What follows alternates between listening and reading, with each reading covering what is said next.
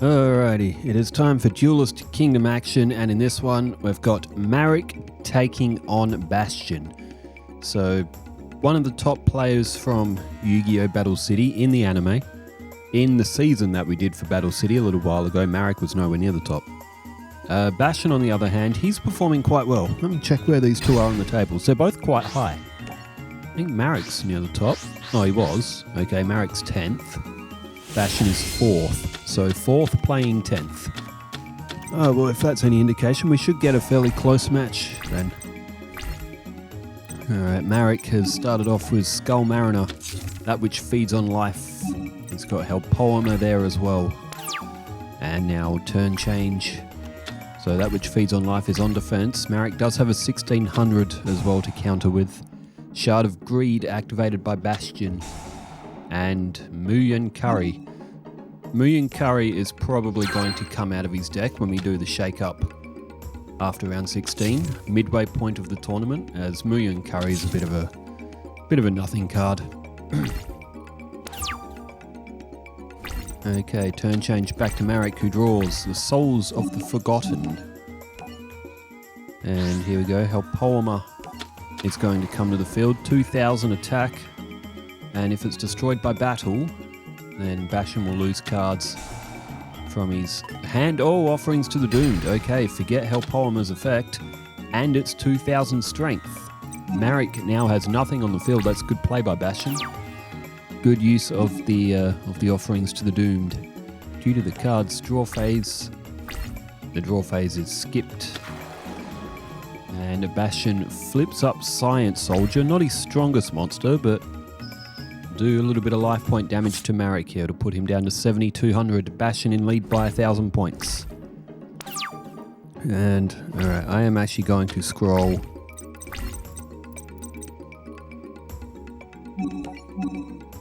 and find the comments I didn't get to read yesterday, because there were quite a few. Okay, Skull Mariner has come to the field. There goes Science Soldier. So advantage again, Marik. They're close on points, so Bastion can still get back into this.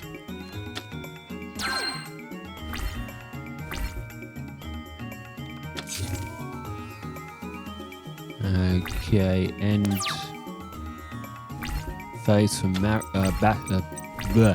the end phase for Bastion. He didn't play any cards down. Marik summons Souls of the Forgotten, so this will be 2500 combined that Bastion will lose if he doesn't block, and it looks like he won't.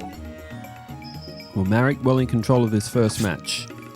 Alright, it was from 4 days ago. I didn't get through all of them in yesterday's duels. Mecha Jason says, oh, a cheeseburger, that costs $11. I live in Canada. You know how much a cheeseburger costs? $22.99 with tax. For a damn cheeseburger. How much is that in Canada? That's in Canada. How much is that in $11 in Canadian dollars?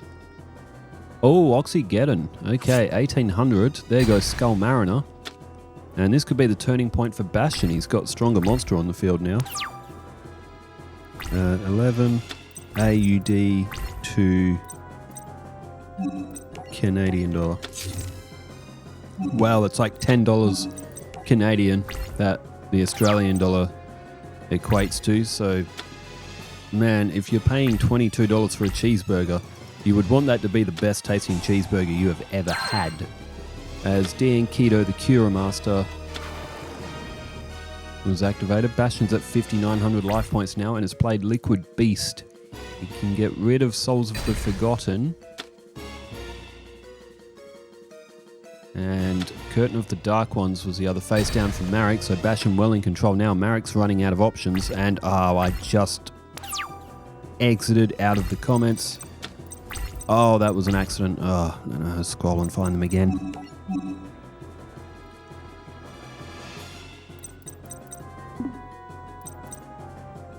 There it is.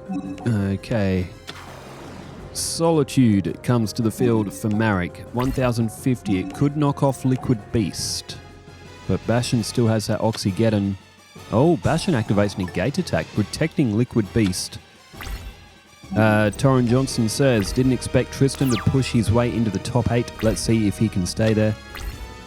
And Mecha Jason says, with quotations of Tristan, you know, you remind me of this girl. I know her name is Serenity.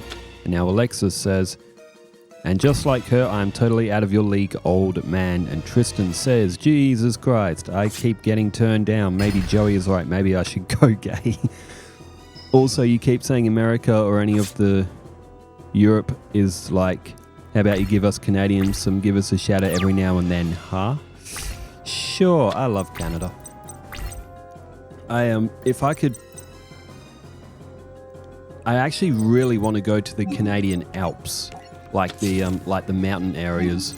I might get eaten by a bear. I do believe there's quite a few grizzlies and stuff up there, but if I can avoid them, it's like the solitude of just the wilderness would be really, really nice. Okay, there's Hydrogeddon. There's a 1600 Beast of the Pharaoh, and Hydrogeddon can summon another copy of itself when it destroys monsters. Looks like Marik is about to get flattened here. There's 1600 more on the field, so what's this? 34 and 9 is it's 4350.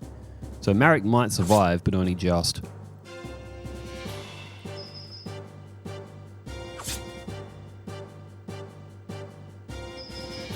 Okay, Mecha Jason also says, go Cyrus, show us why you're better than your brother.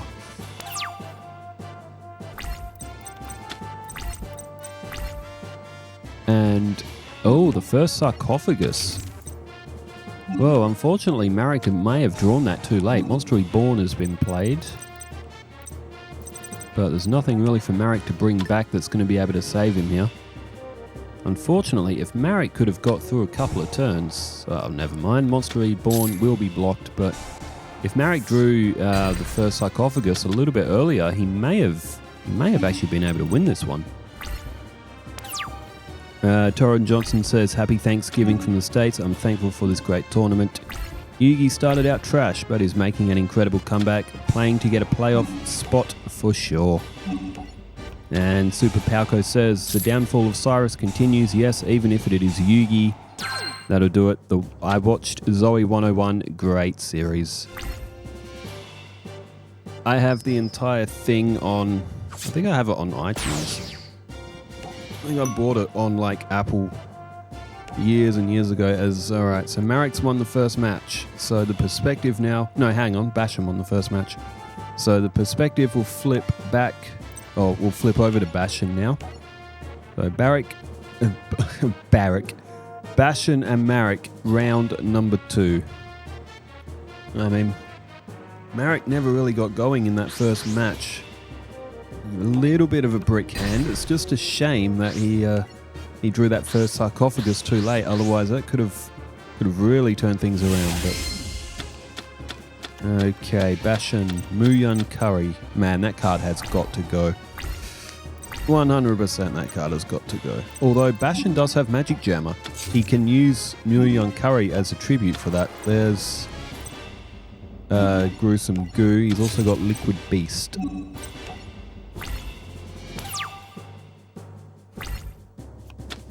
Alright, 6 in hand for Marik. What does he have for his first turn?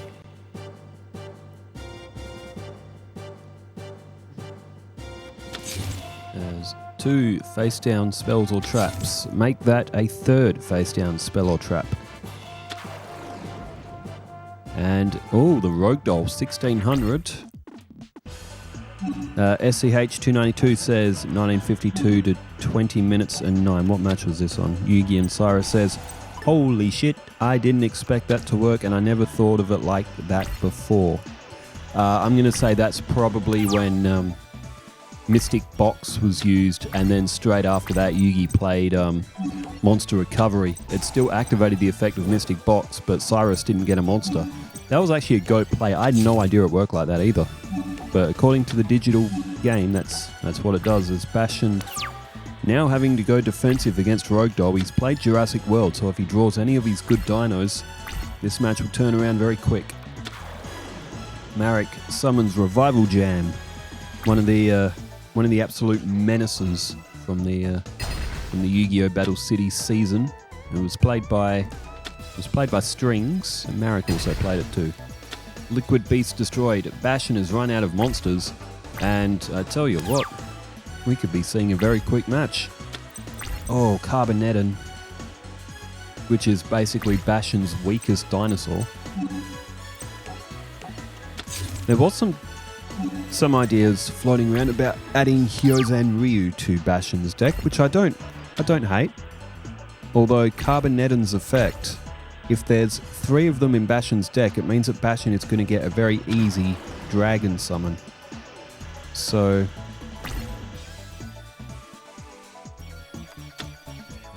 alright, Carboneddon under attack and destroyed. Bastion's going to lose a fair chunk of points here. But if he draws Cabazols, Oxygeddon, Carboneddon, any of those, he will be back in business, depending what Marik's face down cards might be. There's Duoterion. He's drawing the dinosaurs, but not the ones he needs. There's nothing Bastion can do on this turn. He's going to come very close to losing the rest of his points on this one. So Aaron Game Guy says, Battle of the Short Stacks. That was for Yugi and Cyrus. Well, I think the only character that could be shorter than Yugi, apart from Cyrus, might be Weevil. I'm sure there's probably a couple of others in other arcs as well, but Weevil is the first one that comes to mind when the word short is mentioned. And damn, Bastion is hemorrhaging life points. He's going to be down to 500, but it could all still turn around if Bastion draws a good dinosaur. And that was all the comments from the previous week. So Bastion has drawn Offerings to the Doomed. While not a bad card, not the card that Bastion needed, and he is going to lose the rest of his life points.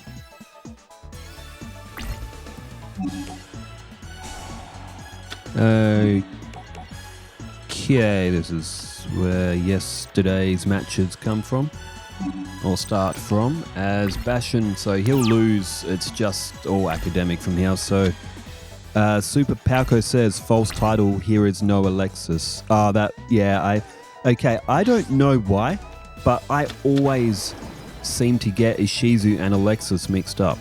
Whether it's putting in titles, I think I might have done it with Mai and Alexis as well, but I do it a lot, even with commentary. Ishizu and Alexis, I mix them up all the time, and I don't know why. Like, their names aren't even similar. They have 3 syllables each, but they're completely different names in pronunciation. And they don't even look the same, so I don't know why I keep getting them mixed up. And I did reply on that manually, and then Super Palco says, maybe you dream every night of these 2 women. Well, you know what's funny? In fact, I could go on a big tangent about dreams, but I used to have like lucid dreams, the ones like that you can rewind because you know that you're asleep and stuff, like that whole sort of thing. And I used to have like really, really out there dreams. Like one time my backyard got invaded by like these fireball spitting Final Fantasy X characters called Guado. Well, they look like Guado anyway, but they were like a fiendish kind of looking thing. But yeah, they invaded my backyard. One of them spat a fireball at me, and I ended up picking up a bat, and I hit it back. It was walking along the fence, spitting the fireballs, and I hit one back at it and hit it off the fence. It fell off the fence and landed on its head and like broke its neck. As I climbed up at the fence and looked over from where it had fallen. Then I ran out the front of my house ready to take on the rest of the army. But it turns out there was only one of them, and then there was a pool party inside of my next door neighbour's garage. Which, don't ask me how it makes sense, but I'm hold true that there is some sort of meaning behind that dream. But I don't get them as often anymore, which is somewhat sad, because I've even had a few dreams where I can like float as well. I'm sure we've all had some pretty epic ones before, but Maybe, I don't know, maybe my brainwaves changed or something, but 2 Oxygeddons on the field. Speaking of Oxygeddon, maybe I wasn't getting enough oxygen to my brain when I was asleep, because I always sleep in my stomach, which apparently isn't good for you, because your natural sleeping position is supposed to be flat on your back, but I cannot fall asleep if I'm flat on my back. I have to be on my stomach, otherwise I just cannot sleep. I don't know why, but... Blue medicine and red medicine. I wonder what would happen. Would you get purple medicine if you mix them together? Oh, Muyon Curry's purple.